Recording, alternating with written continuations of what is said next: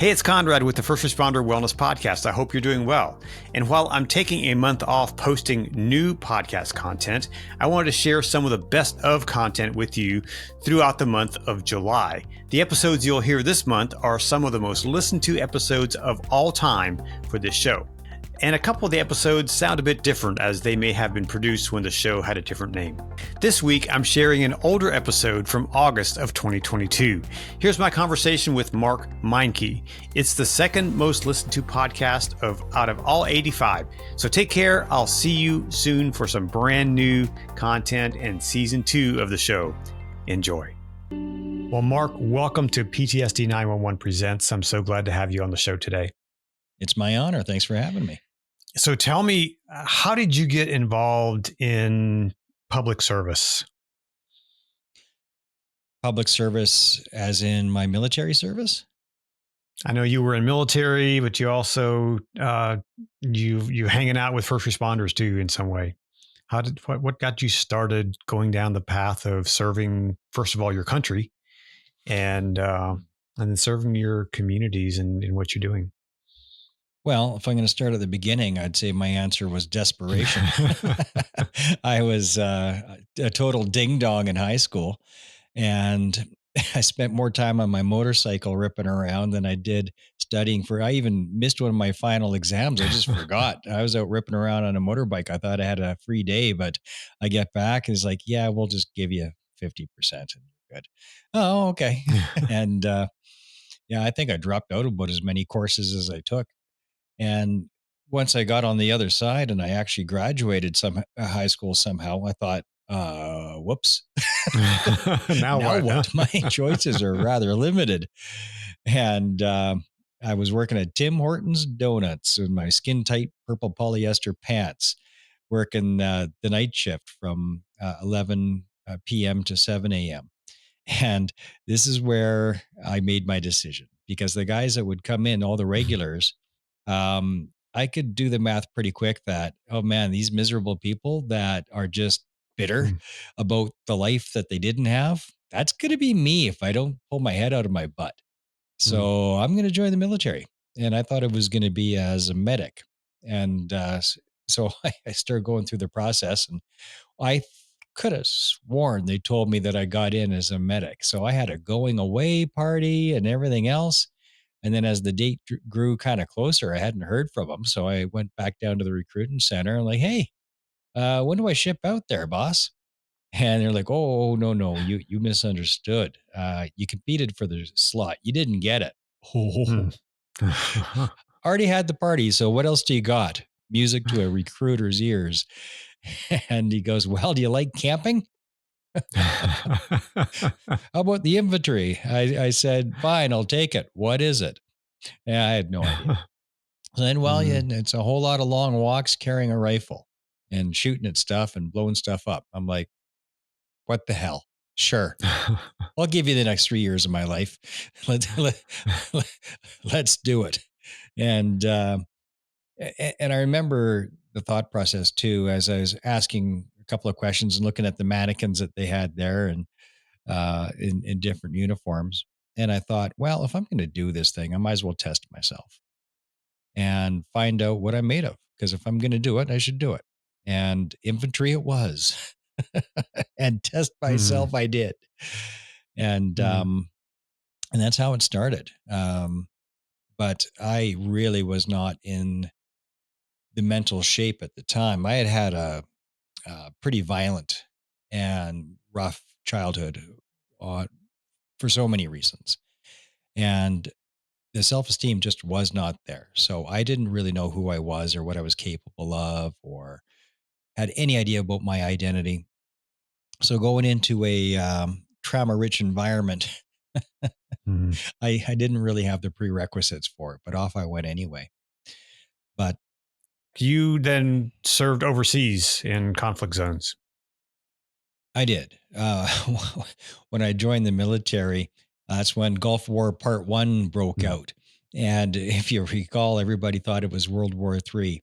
And of course, it wasn't. It lasted about 2 weeks, I think. And then it was all over, shock and awe. And we thought, oh, well, duck that bullet. So when I joined, I really thought I was going to war. I thought I was following in my granddad's footsteps. Mm. That this is the big one, Mm-hmm. but it wasn't. But after basic training, then off to battle school. Close to the end of battle school, we started hearing rumblings about the former Yugoslavia, or I guess it wasn't former at the time. It was still Yugoslavia breaking apart and devolving into civil war, and thought, geez, I might end up going there. Mm. A couple of years later, I did. Mm. And so the war in Yugoslavia, the dissolution of the whole union, was from 92 to 95. I mean, the fighting started before and kept going after, but when it was officially a war was 92 to Mm-hmm. 95. And I was there right in the middle of it in 94. So when we got there, lots of destruction had already happened. Entire villages were just rubble, leveled, flat. And others were 90% destroyed with just a couple of buildings still standing. And that's where we lived. We lived in bombed out villages, piles of rubble across the street, and that's where we were. But all the things and all the experiences that I Probably had not there, unlike what's happening in Ukraine right now. oh, very similar. Yeah, rubble is rubble. It's amazing what artillery shells and mortar shells will do to a neighborhood. It's unbelievable. And until you actually see it and smell it and taste it, um, and then and meet the people where they're like, that was my house right there. And got bunkers all over the place in case more shells come flying in while you're there. Until you've lived in that environment, it's impossible to understand. You know, you can read about it, you can see it on TV, but you don't understand it if you don't experience it. It's just one of those things. But I had numerous events occur while I was there, from guns being pointed to my face, even at a rocket propelled grenade and RPG pointed at me. And I was like, oh, that's fun, by a drunk, very nervous Serb. And so your one's just like, oh, I wonder if his finger's going to twitch and I'm going to be eating that thing. Lots and lots of things like that happened. And also the things that you see, the desperate refugees, and other stuff that I won't war porn your show with. But the worst of the worst, I had the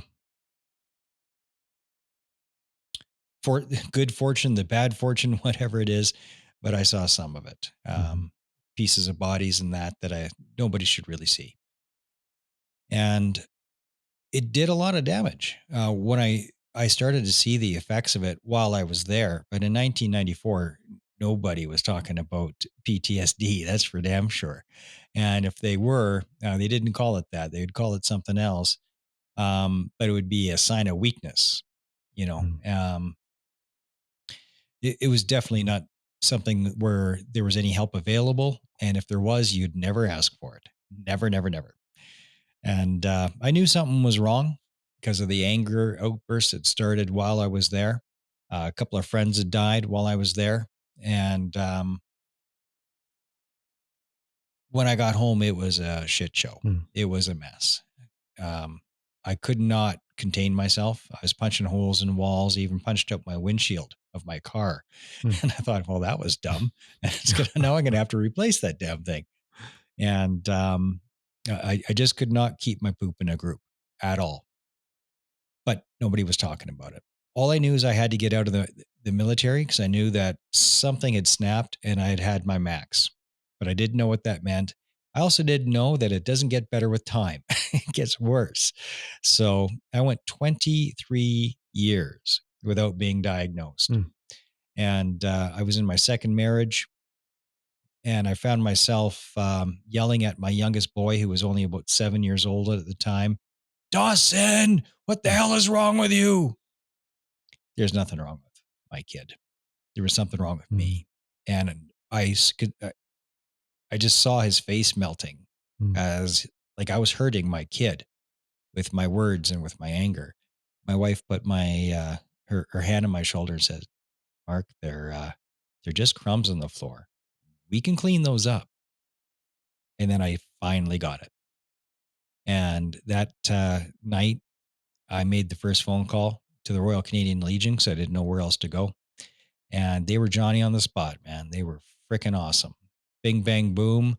Had an appointment with them, got myself down to the Legion Command, and I started to understand, oh shit, this is this might be actually be related to my service, which I denied for at least 2 years. At least 2 years of being, even after I got the diagnosis, I call it the giant rectal exam. Oh, it's brutal. The 5, 6, 700 questions that they ask you, whatever it is. And you go through that meat grinder. Not a good time, but necessary.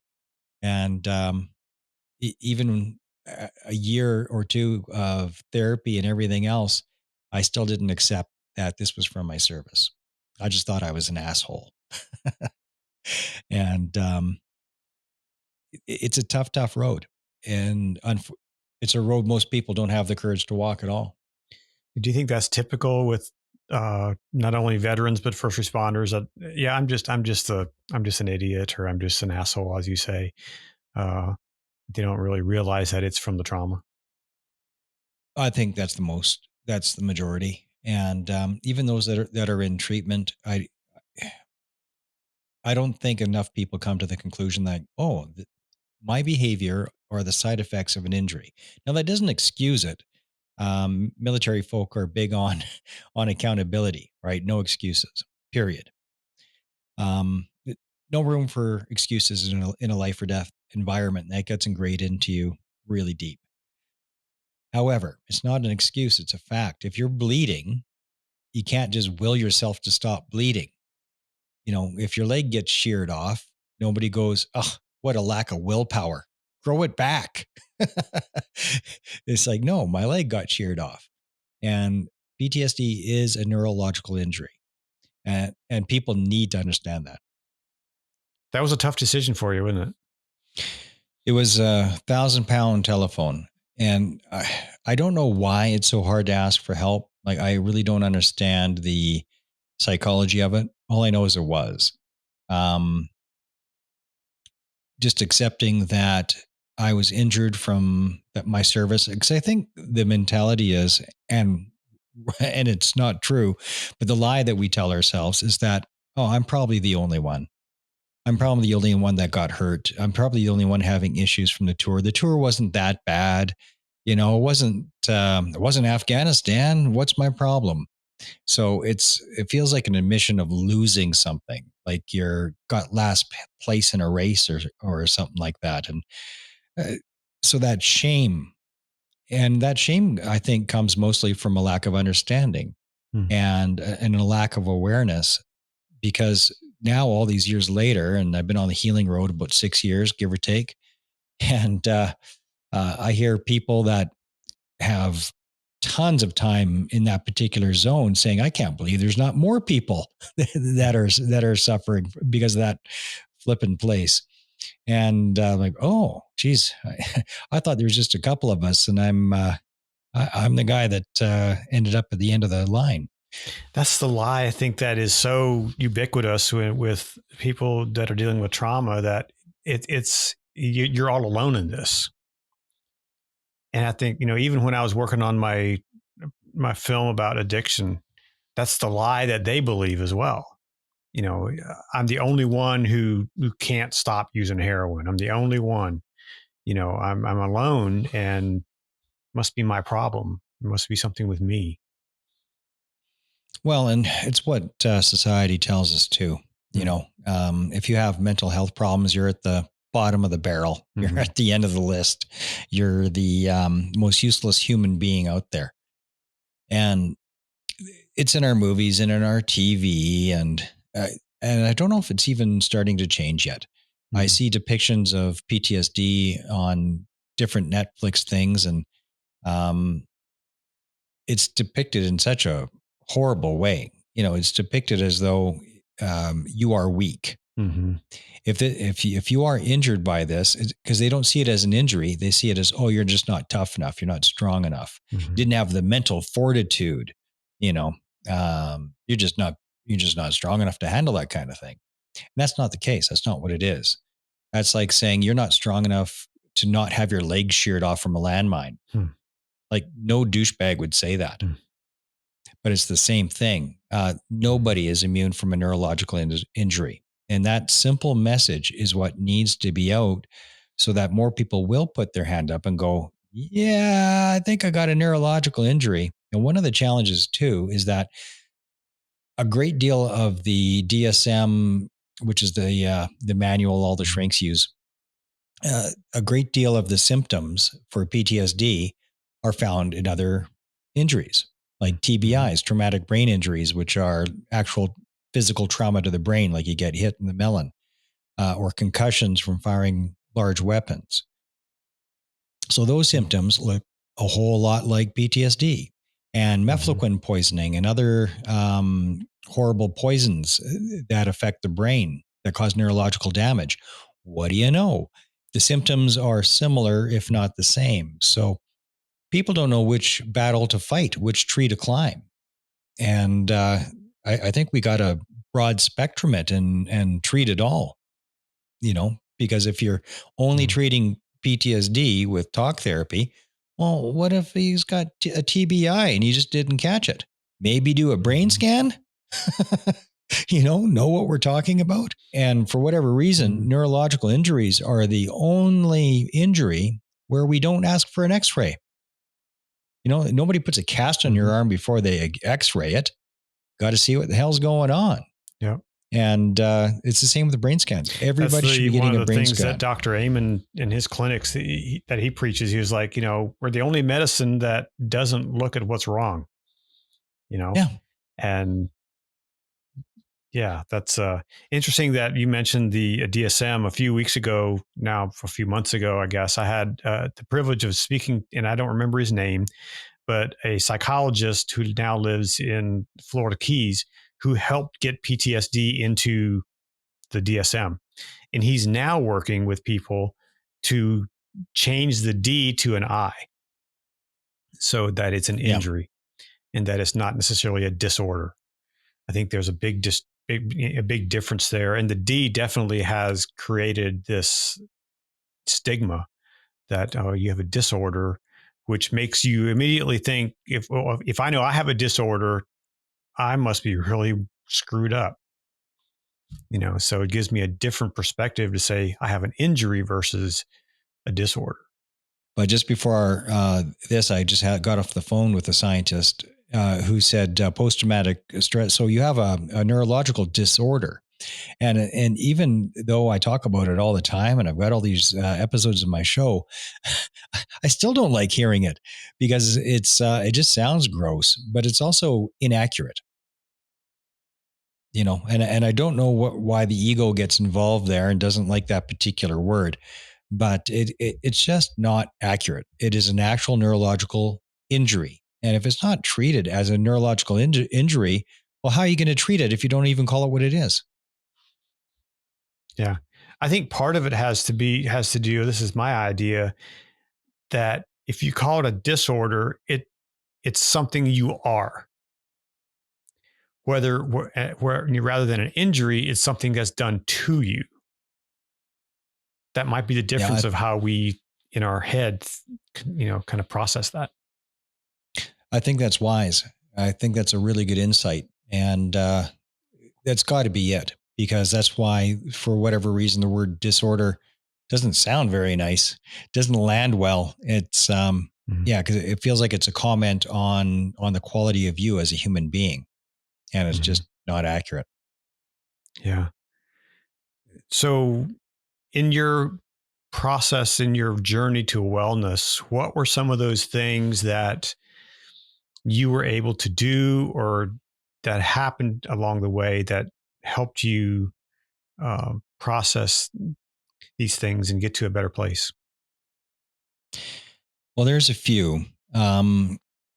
Early on, I entered into a peer support group for injured veterans.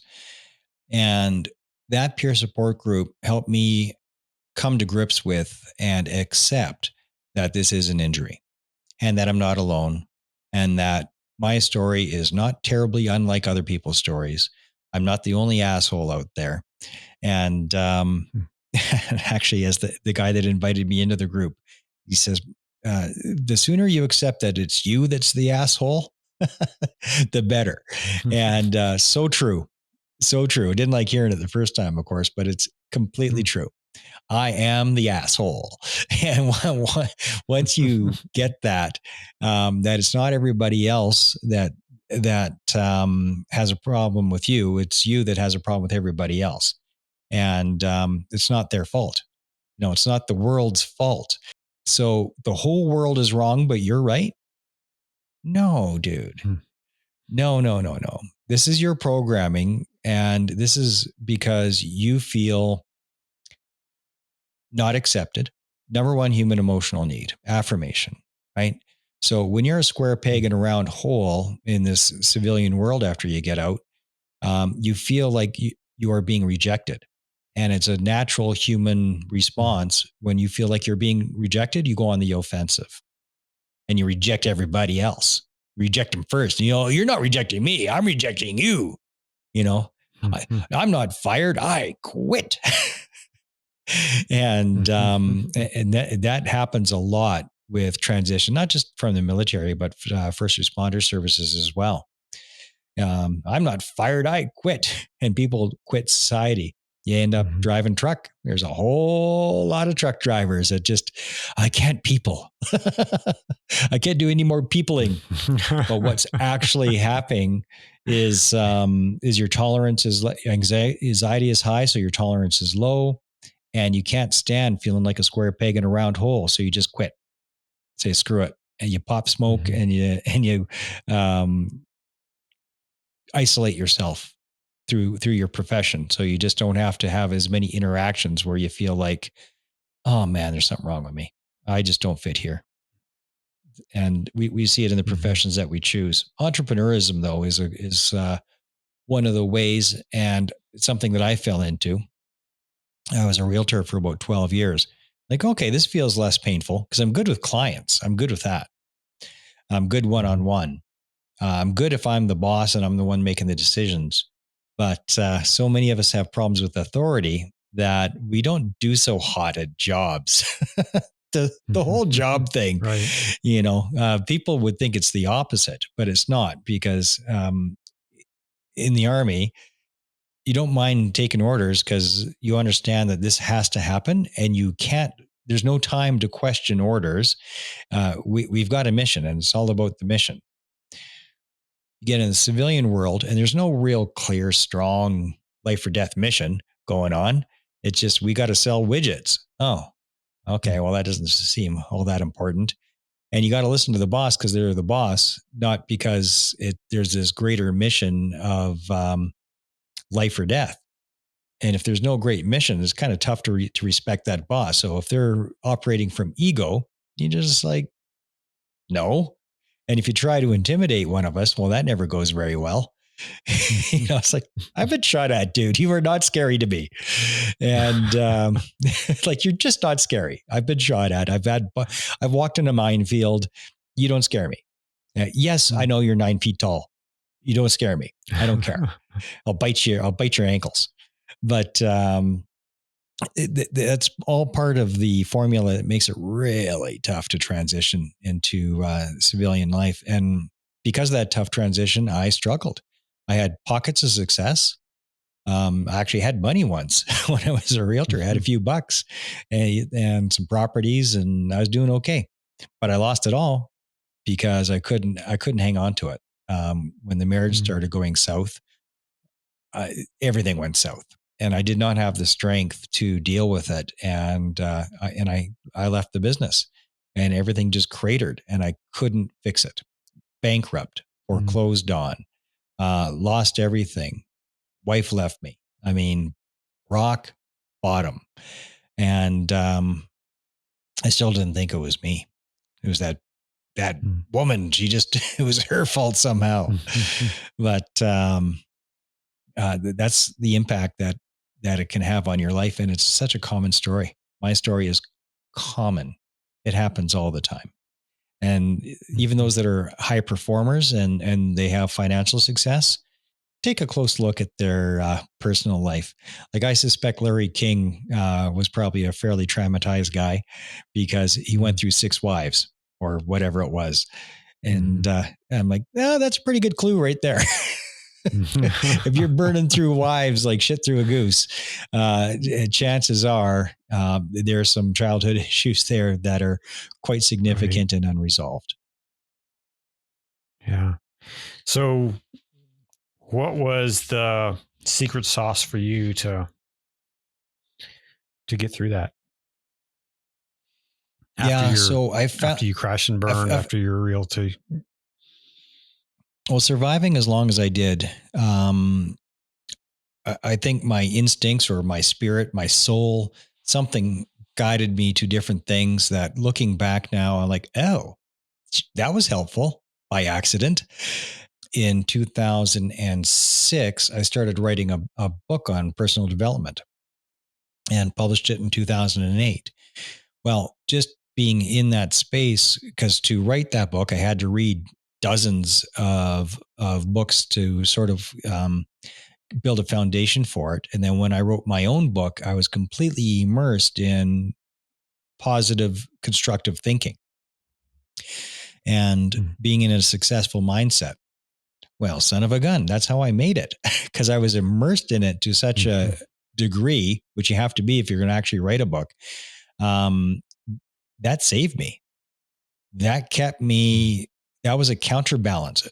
Unfortunately, not a strong enough counterbalance, but it let me deal with my own shortcomings a lot better and have a lot fewer shortcomings. Toxic mindset is very, very common in the injured community.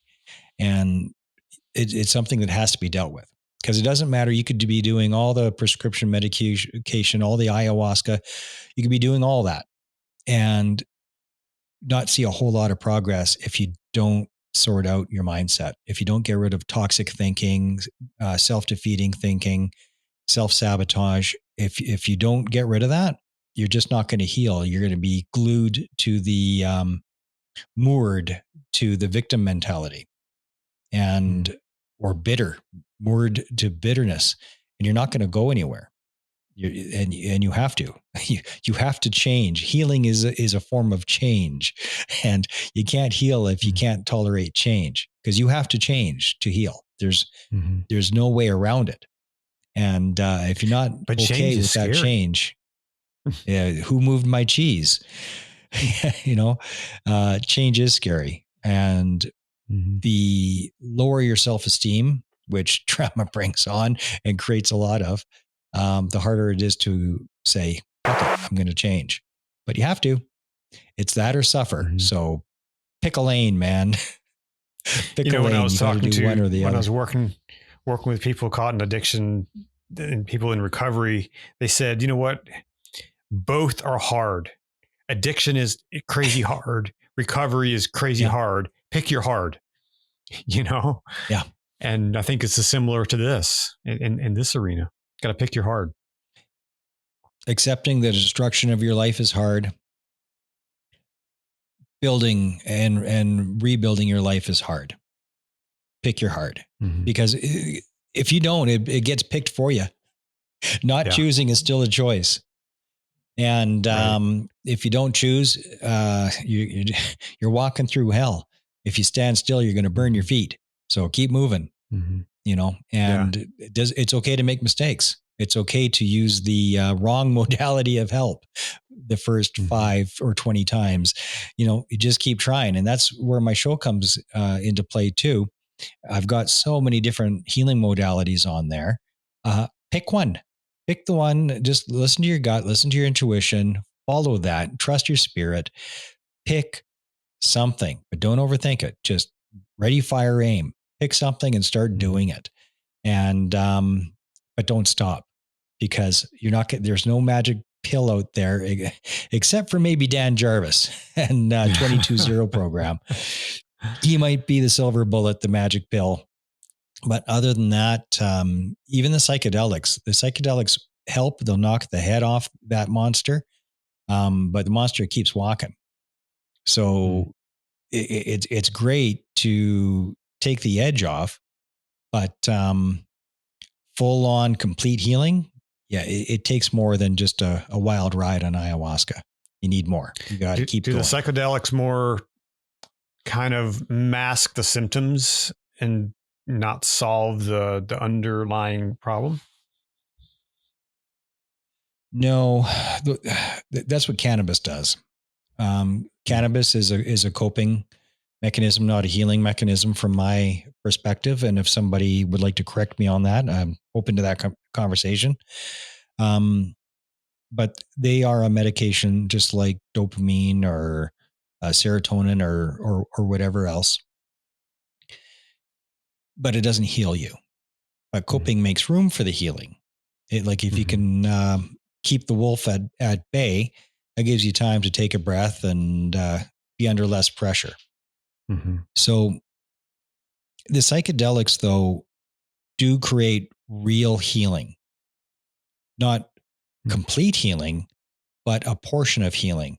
And they do it by providing you with insight that could take 5 years of therapy to get. Because that's the whole point of therapy, to get you to look at something differently, to reassociate with a traumatic thing or damage or an aspect of yourself, instead of looking at it in a destructive way, to look at it in a constructive way or in a neutral way. So it just means nothing to you. That's the whole point of talk therapy. And it can take years and years. And sometimes it works and sometimes it doesn't. It depends on the therapist. And then even when it works, how much does it work? But any progress is better than no progress. So I'm not discouraging talk therapy at all. I'm just saying that it's not the be all end all. Unless you have an issue like we talked about yesterday on your show. We talked about therapists who cry when you tell them your story, and then you have another problem. Yeah. And you got to find someone new. Yeah. And you get therapists that mine thought I was a faker for a little bit. And I'll share on the story. I had a suicide attempt a year ago. I didn't see it coming, but there's too much was going on, and I hesitate to call it a psychotic break, but that's probably accurate. I had a dissociative episode. So I kind of unhinged from reality because there was just too much on my plate. And I tried to open up my wrists. The only reason it didn't work is I had cut up a bunch of cardboard boxes earlier that day with the exact same knife. And I was in the middle of nowhere. I was out in the mountains, no cell service. It was a beautiful setting, actually, in Kananaskis. Gorgeous. But my brain just did not work. And my firewalls, my checks and balances didn't work. And say, hey, this would feel cool. So it wasn't about killing myself. It was about, hey, this would be a neat sensation to experience. Oh, could you imagine the relief? What a nice nap that this would be. And so my brain found a workaround for my checks and balances and my firewalls, and just said, hey, this would be a cool experience, like getting a tattoo. I wonder what that sting would feel like. And I tried. I freaking was poking and scraping and pulling and sawing, and my skin would not break. It wouldn't. And I mean, the knife wasn't that dull. So I'm going to call it a minor miracle. I'm going to call it that. Somebody was looking after me because I was pushing. Like, I was not dicking around. I was going for it. My skin would not break. It was like tough bull leather. Made no sense. But that's what happened. And I didn't even realize that, oh my God, that was a suicide attempt for like an hour later. And then it started sinking in slowly. I'm like, no, that wasn't oh my God, it was. Holy shit. I actually went for it. That was an actual suicide attempt. Oh my God, what the hell? And called my therapist and dealt with it. But I forget the purpose of sharing that particular story. There's probably a reason. But the long and short is that sometimes all healing boils down to looking at things from a different perspective, from disassociating with trauma and whatnot. So psychedelics just do it a hell of a lot faster than talk therapy. One good ayahuasca session, and a good session means that you had a trained and skilled guide. That's what that means. And I just remembered why I shared that story. So prior to that suicide attempt, I felt I was getting close to the edge of the cliff. I felt, because I was just dogged by suicidal thoughts all the freaking time. So I asked my therapist, I say this to my therapist, I don't know how close to the edge of the cliff I'm getting here, but I'm feeling like too close, and I think something might be able to push me over the edge. I hope not, but I do not feel safe. And she said to me, well, if you haven't done it yet, you probably won't. And just take whatever knife you would imagine doing it with and just hide it. So you're like daring me to do it? So horrible, horrible therapist. I can't believe she ever said those words to me.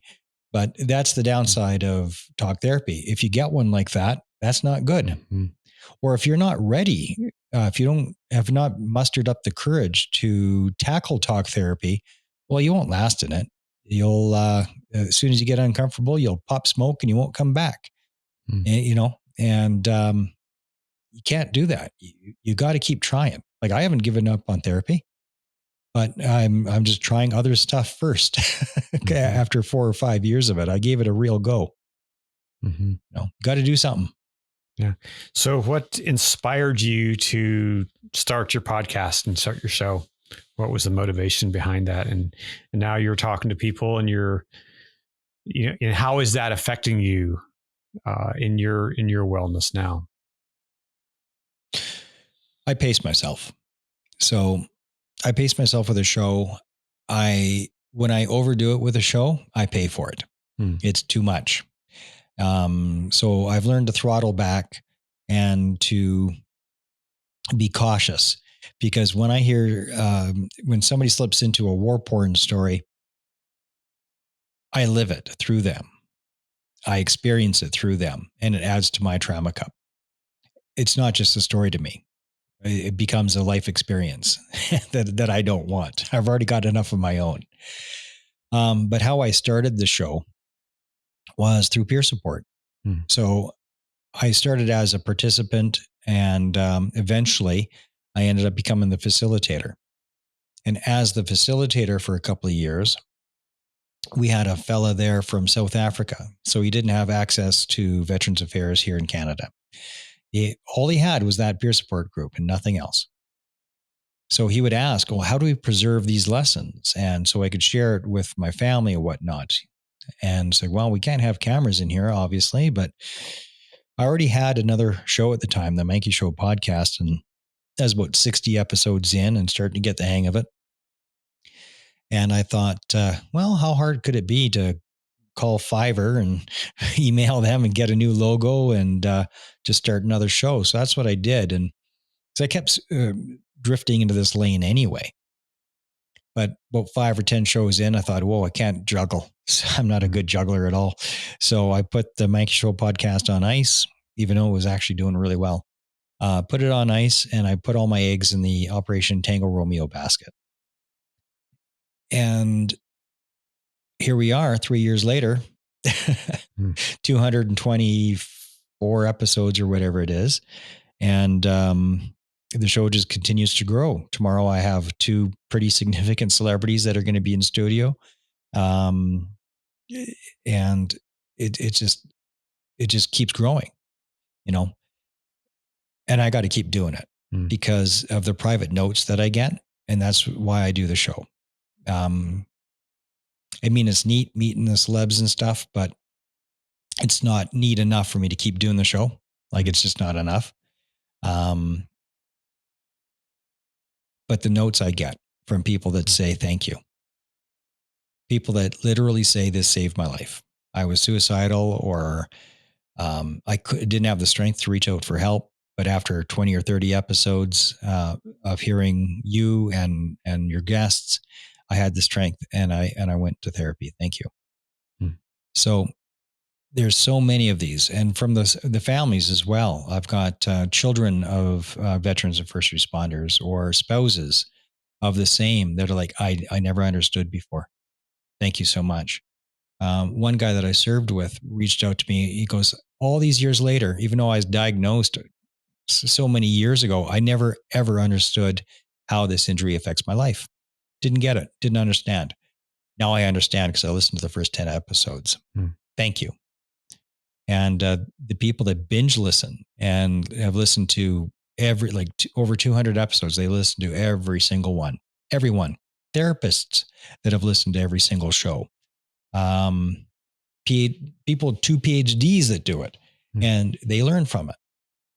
So I've got to keep going because there are so many resources that I have not yet found that I need to find and bring to this community so that people can go through the show list and pick and choose, cherry pick the ones for you, learn about them, then evaluate and decide whether or not this is for you or not.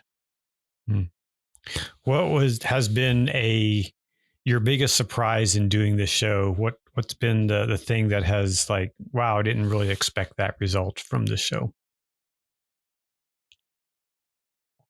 The reach. I'm an English speaking guy. I only got one language, although I've been learning French for over 500 days. I still barely speak any of it, but it's in 67 countries. And that is something else. Wow. The majority of the audience is in Canada.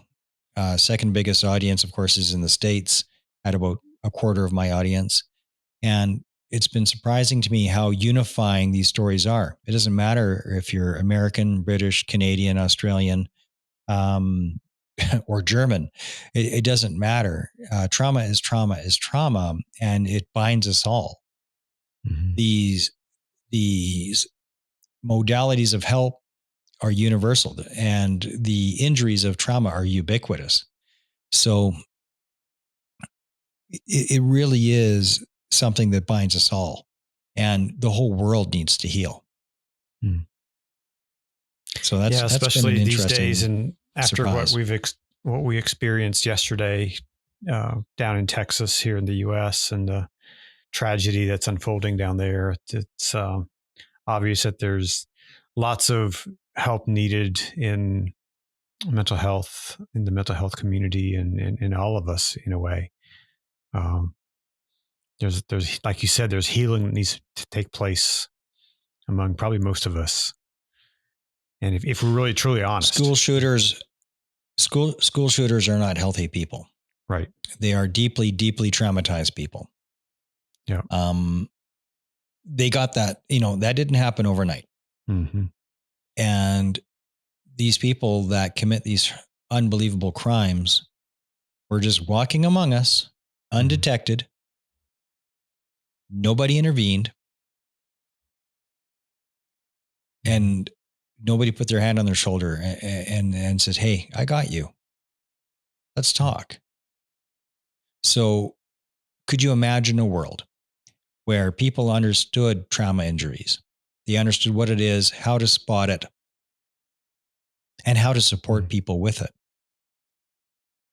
I think that's the big challenge, is that so many of us, we're around some of these folks, and we've seen them. We've seen their acting out. We've experienced the wrath of someone that, perhaps our own family member, but we don't know what to do. We don't know how to confront that. We don't know how to approach that. What are some things that I can do when I see someone, a friend, a family member who perhaps is impacted by trauma? What can I do to approach that situation? The first thing is to recognize that the root of all assholes is ego. So if somebody is really tough to like, they're pushing you away for a reason. They're pushing the whole world away from a reason. So step one is get curious. What's going on with that person? Boy, they're acting like quite the dick. What is going on? So instead of judging them or getting mad at them, find some fucking compassion. Put your own ego aside, which is a bit of a challenge.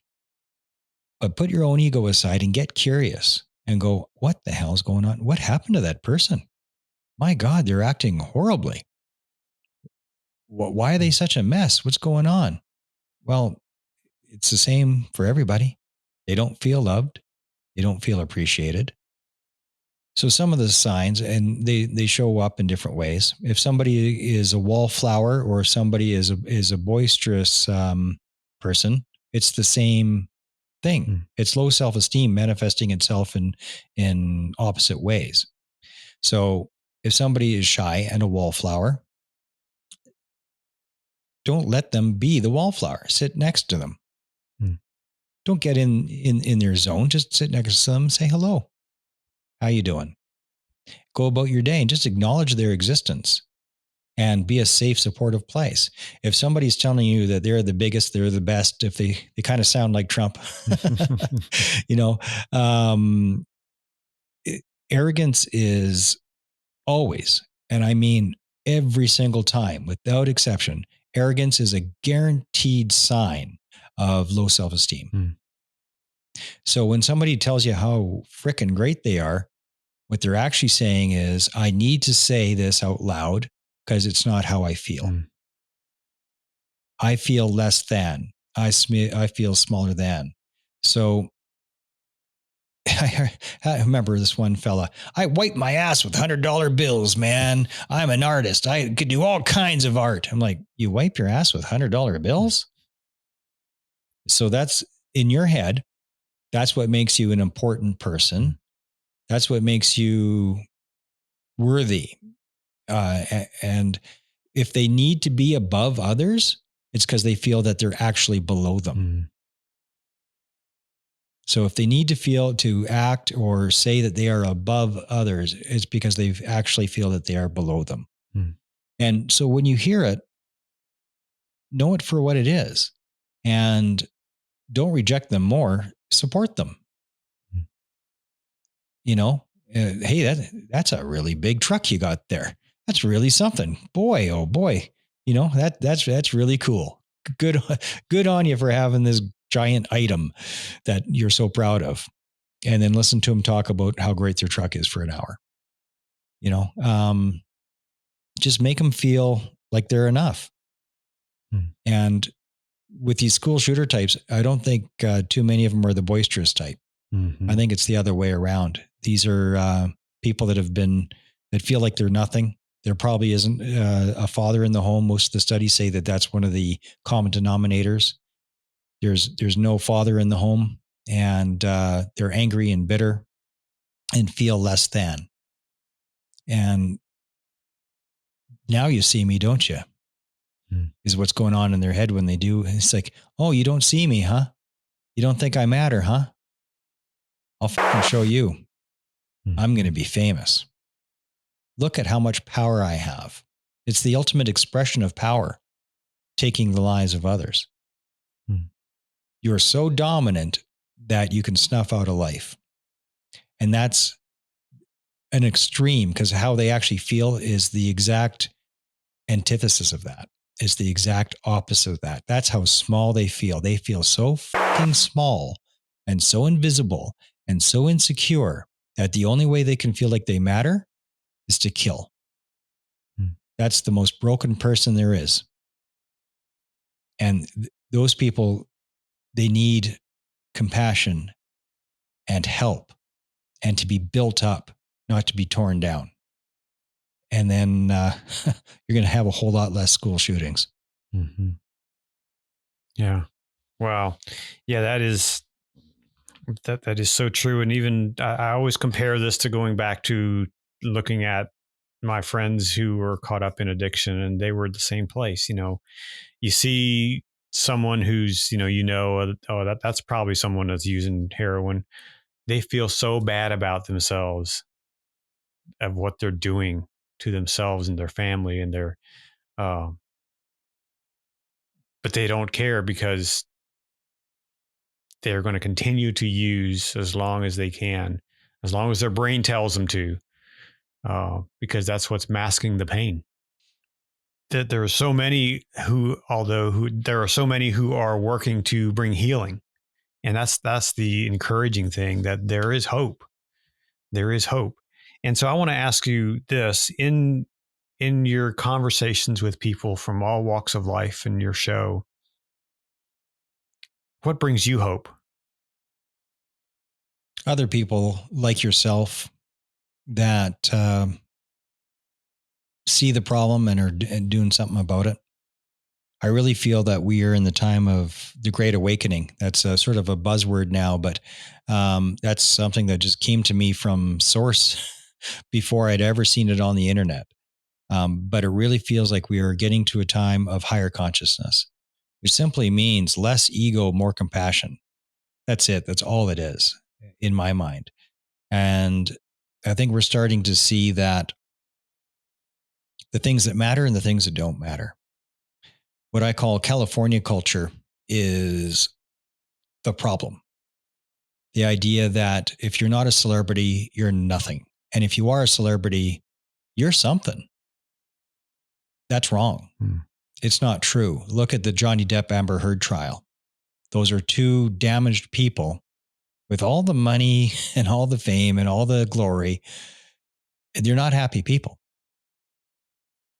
You know, Johnny would not be doing all the drugs that he does if he felt fulfilled and complete. And he's one of the most successful actors on the planet, one of the most beloved actors on the planet. And yet he drowns himself in big time drugs, all of the drugs. He's a total mess. So the story, the lesson there is that there's never enough. There's never enough fame because it's empty. It's an empty cup. You're drinking from an empty cup. Oh, that sounds like a Chinese proverb, but it's true. You're drinking from an empty cup when you're seeking fame, when you're seeking even money past a reasonable point. You know, if your family income is in excess of 200 grand a year, like you're good. You're fine. You're safe. You've got choices. You can travel. Like you're good. You know, anything beyond that isn't going to bring you extra freedom or extra. It just brings you stuff.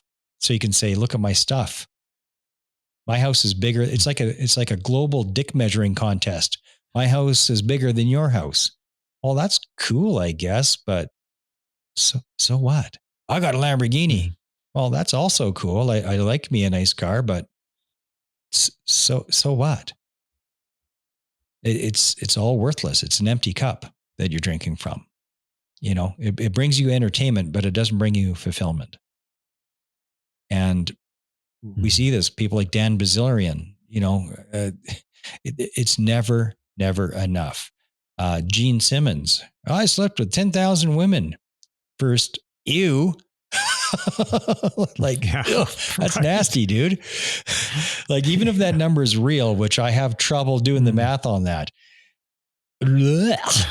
you know, like I'm pretty embarrassed about the numbers that I racked up when I was a young, good looking soldier, but like that is not something to brag about, dude.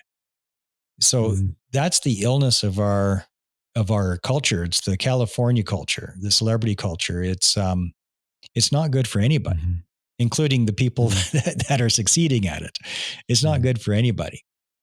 And I really feel that the whole planet is starting to move away from the image and the flash and the empty cup. And we're looking for substance. We're looking for the shit that actually matters, like compassion, health, kindness, unity, helping each other, lifting each other up, not tearing each other down. I really feel the planet moving towards that. And the system is resisting, you know, the system's like, no, I like my ego. Don't take that away from me. I want this. I love being important and powerful. It's like, yeah, you're only powerful if we think you are. I think you're just a person who's got a lot of money. That's not important. That's just a person with a lot of money. Different thing. But I feel the whole planet shifting towards that. And that's a healthy thing. So I want to kind of start wrapping up here. I want to ask you this. What's the next big thing for you? I'm deciding on the next book. I thought I've already started on one. then I thought, oh, geez, I could do this other one that could be turned into a manuscript and it would be good for so many reasons. And there'd be so much benefit to it. Then I'm like, I really should finish the first one, which is called Ego, the Devil You Know. 3 critical steps to leaving your past behind and becoming your authentic self, which is a lot of the content has been in this conversation. But I've got to finish that one first. I enjoy writing.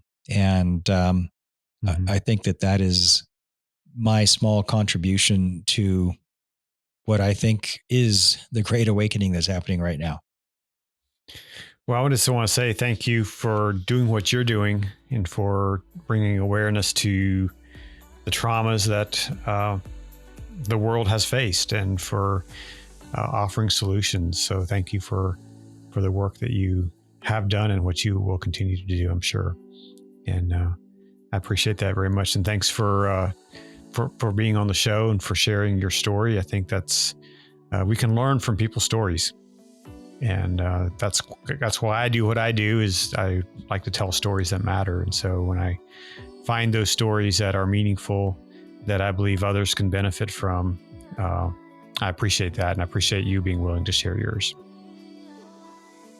Well, thank you so much. And right back at you. Thank you for the work that you do. And again, as I told you yesterday, it saves lives. So keep going. Will do.